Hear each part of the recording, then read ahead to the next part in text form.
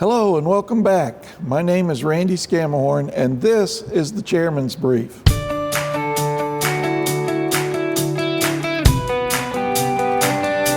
Thank you for joining me for another episode as we talk about how your investment as a taxpayer impacts Cobb schools. I have the privilege of serving as spokesperson for the school board.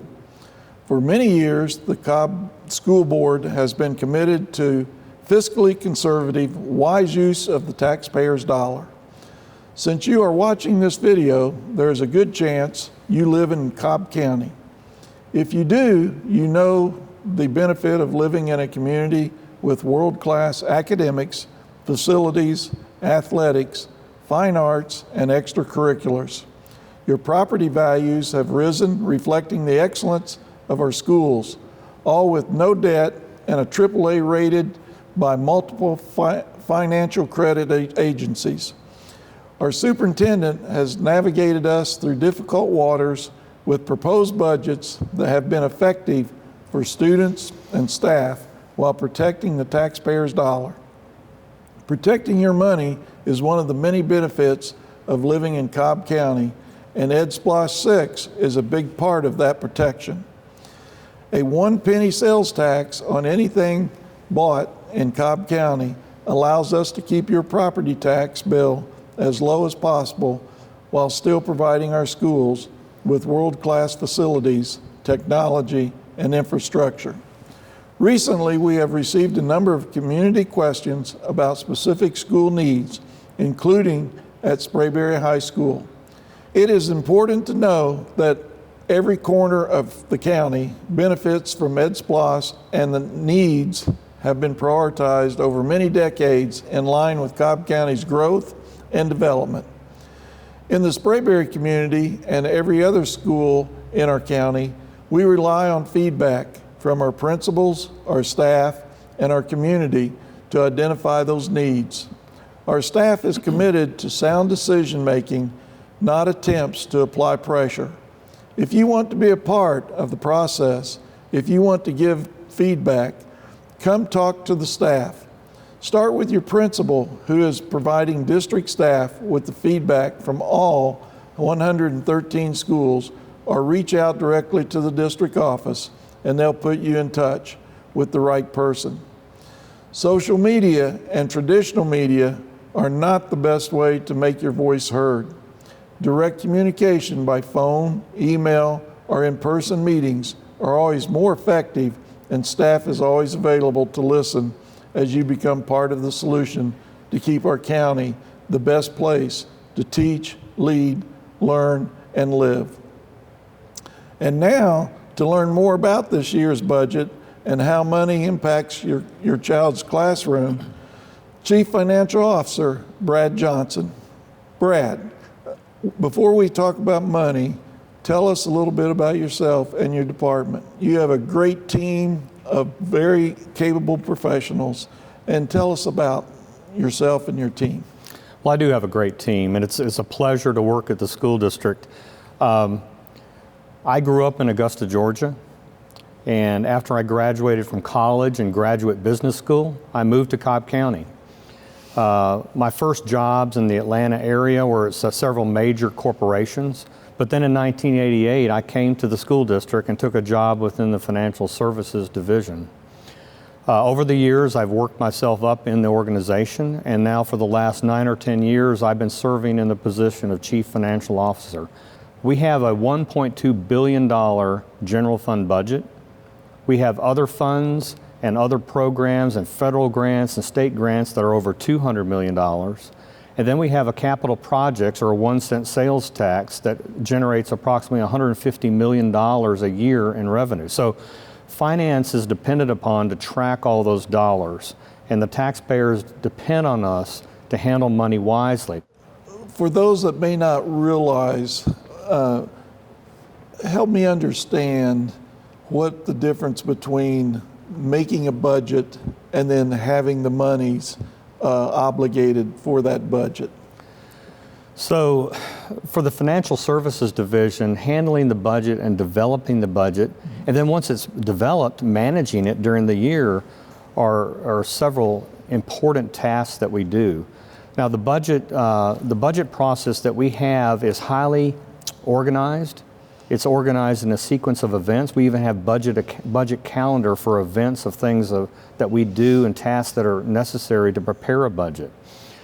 Because our budget is so large, let me just describe the budget first, and then I'll tell you the sequence of events that goes into planning it. So, and most of the time when we talk about a budget, we're talking about the general fund budget, which is the largest fund that the school district has. And again, it's $1.2 billion and increasing.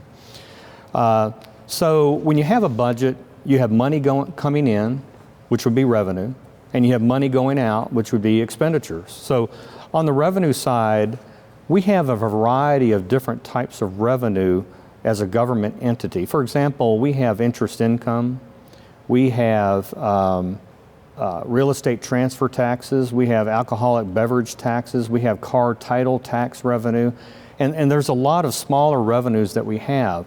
But we have basically, though, two major sources of revenue. One would be state QBE revenue, and another is local property taxes. So let me just talk a little bit about both of those. State QBE revenue, acronym for Quality Basic Education Revenue. It's a formula of how the state gives us money. And the state probably gives us around 50% of the revenue that we need for the general fund. The formulas for the QBE revenue is not rocket science, but they are a variety of formulas and how we earn the money and how any K-12 public school district in Georgia earns money. Basically, in that formula structure, we earn money by different programs. And when I talk about programs, we talk about kindergarten, grades 1 to 3, grades 4 to 5, remedial, ESOL, all, special ed, all the different programs that a school district operates. And then, of course, to earn money in each of those programs, it depends on student counts. So we have 2 student counts during the year, one in October and one in March.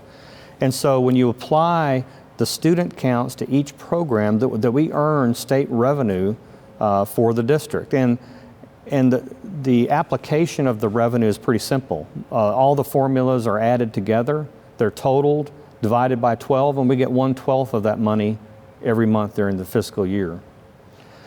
The other major source of revenue is local property taxes. Now, local property taxes starts with a separate entity, which is the Cobb County Tax Assessor. And they're a separate entity, they have a separate board, and what they do is they value all the properties in Cobb County every year. So, and when I talk about properties, I'm talking about commercial property, residential property, and personal property. So once they value that property, then in turn we apply a millage tax rate to those properties. And so you probably heard of a millage rate. And a millage rate is just a tax rate, basically. It's $1 per $1,000 of assessed value. And so if you're a homeowner, this is near and dear to your heart. You know, how our school districts handle property taxes for school taxes. And so our millage rate right now is 18.9 mils. The state has a cap of 20 mils. So we have a little bit of flexibility under that cap. The school district board has the option of increasing the millage or lowering the millage. And so every year we apply that millage rate to all the property values. And again, that calculates the total local revenue that we have for the other major sources of revenue.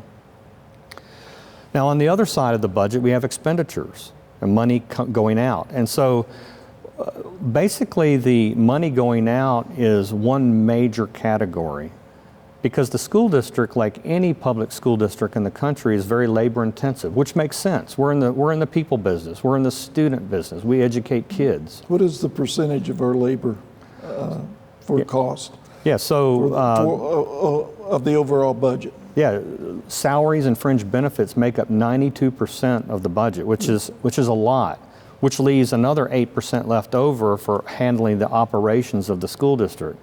But again, we're putting money into the classroom. We're putting money into the instruction element of the school district, which makes sense. That's our core business of what we do.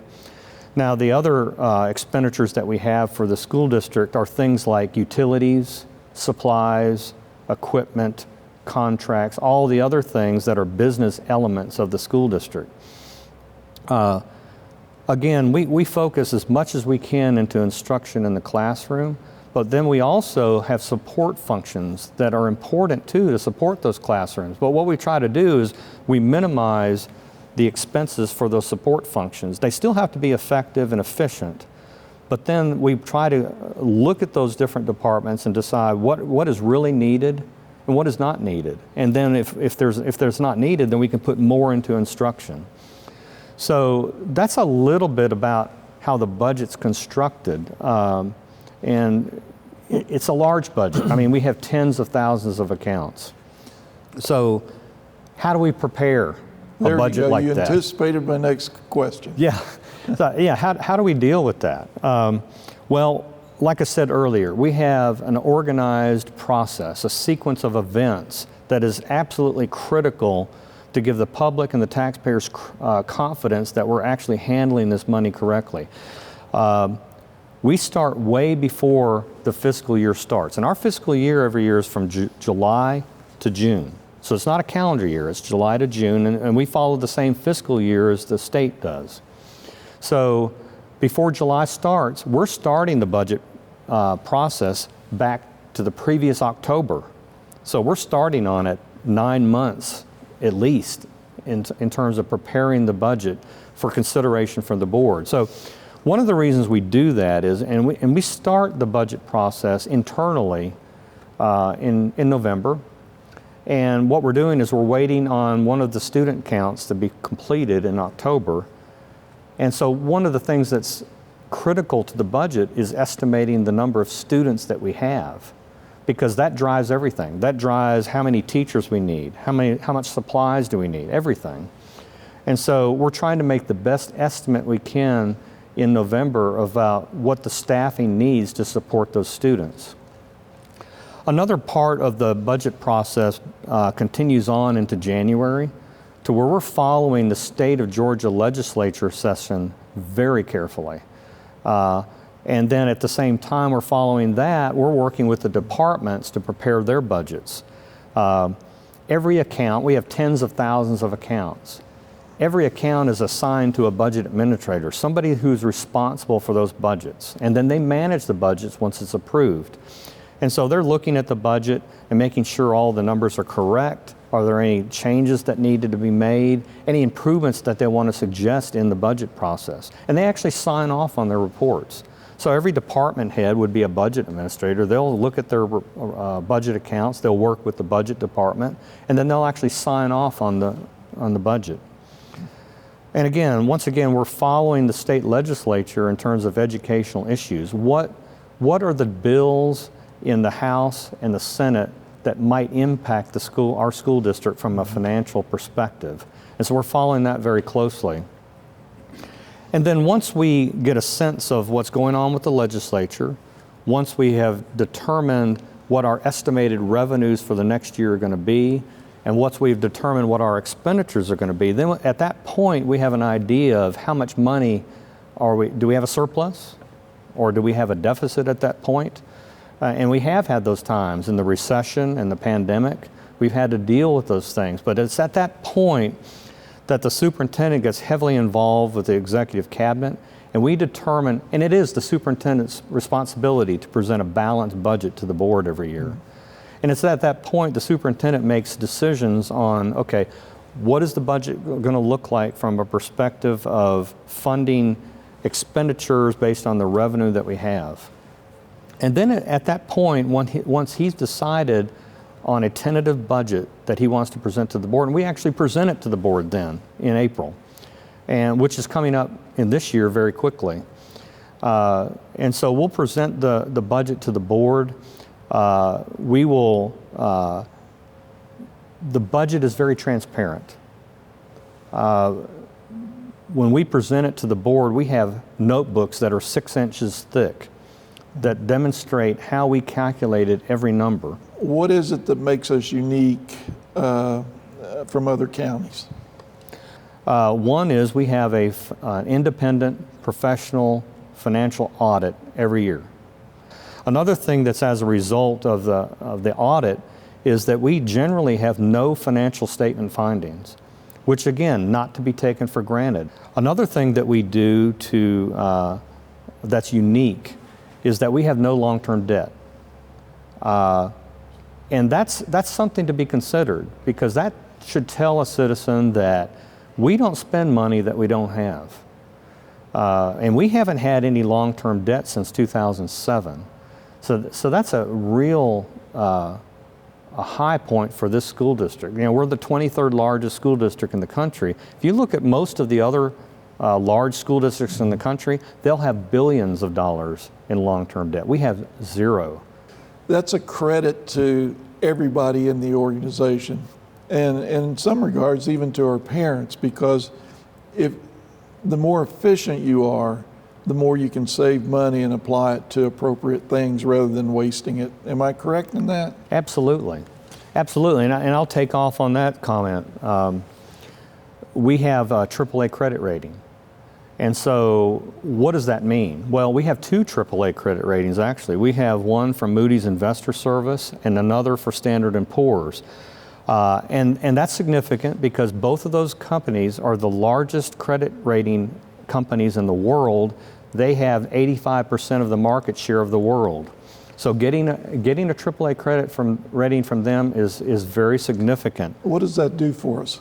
Well, so it determines the type of loans we could get. It determines the interest rates that we have to bear. It's also an indicator of management excellence by the entire organization. Yeah. And so they're not just analyzing the financial operations of the district, they're looking at the whole organization. Another thing that makes us unique is that we are known nationally for financial procedures and internal controls. So a few years ago, we won a national award for financial procedures. Now that sounds pretty bland, but we actually have documented financial procedure for every type of financial activity in the school district. Good, good. Well, thanks again. And I'd also like to thank Dr. Barney and her staff here at CETA. And we're in this beautiful atrium that they've so graciously allowed us to use. And CETA is a wonderful project that's ongoing, technology school. If you would like to learn more about CETA, we interviewed Dr. Barney a couple of weeks ago, and I would ask you to look at that interview. And thank you for joining us for another episode of the Chairman's Brief. I hope our time together has been useful in helping you, our customers, better understand how our budget impacts your child's classroom. It is because of our community and staff that this county is the best place to teach, lead, and learn. Thanks again, and we'll see you on next week's edition of the Chairman's Brief, when we hear directly from a few of our principals and Chief Leadership Officer, Sherry Hill. Thanks again. Have a good day.